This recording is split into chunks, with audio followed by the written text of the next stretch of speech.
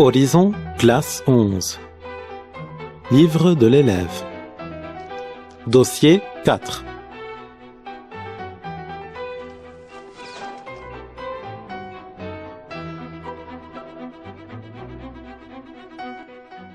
L'enquête de l'accident à Grenoble se poursuit pour déterminer les circonstances de ce drame. Pour en savoir plus, Christine vous a préparé ce reportage. Bonjour Christine. Bonjour Marie. C'était vraiment un terrible accident entre un bus et un camion à Grenoble. 8 personnes ont survécu dans cet accident qui a provoqué la mort d'au moins 43 personnes. Jacques, l'un des rescapés, nous a dit qu'il avait réussi à s'échapper des flammes avec sa femme et qu'il faisait partie des 8 survivants. À la maison, Jacques est encore sous le choc. Brûlé à la tête, le mécanicien a bien conscience d'avoir échappé au pire avec sa femme.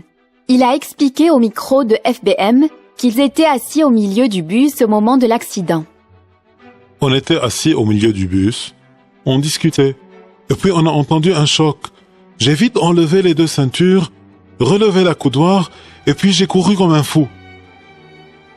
Jacques n'a pas hésité à replonger dans le feu pour sauver des amis. Il a déclaré qu'il avait aidé le chauffeur pour tirer une personne et qu'il y avait d'autres bénévoles sur le terrain. J'ai aidé le chauffeur à tirer une personne, mais je ne sais pas si elle a survécu. Puis le chauffeur est revenu avec un collègue, un bénévole de la voiture derrière. Ils ont fait leur possible. 24 heures après le drame, Jacques reste sous le choc. Son épouse est encore à l'hôpital. Jacques demeure convaincu que lui et sa femme n'auraient pas survécu si les portes du bus n'avaient pas été ouvertes par le chauffeur. À toi, Marie.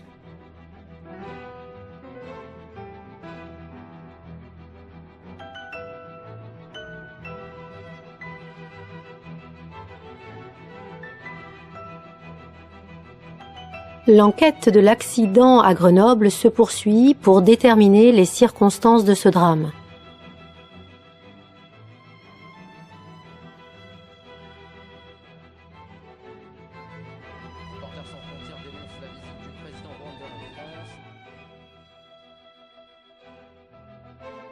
Pour en savoir plus, Christine vous a préparé ce reportage.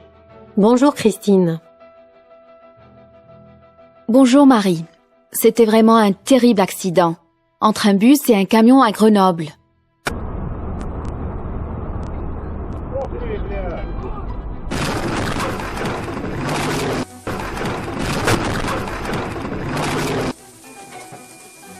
Huit personnes ont survécu dans cet accident qui a provoqué la mort d'au moins 43 personnes.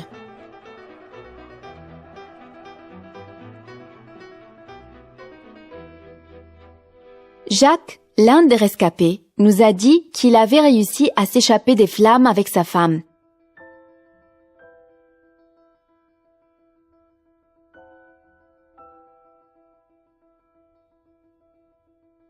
Et qu'il faisait partie des 8 survivants.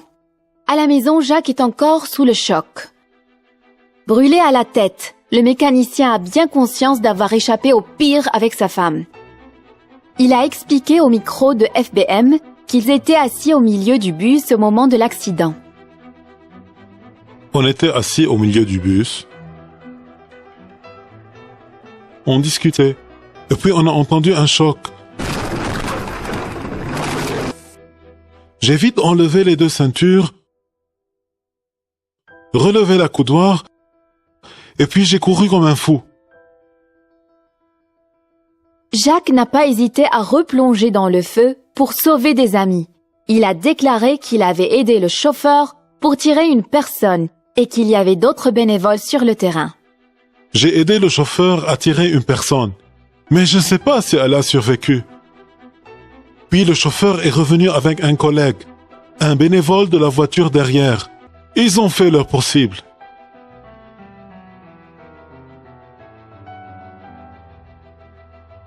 « 24 heures après le drame, Jacques reste sous le choc.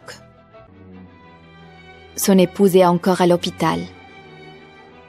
Jacques demeure convaincu que lui et sa femme n'auraient pas survécu si les portes du bus n'avaient pas été ouvertes par le chauffeur. À toi, Marie.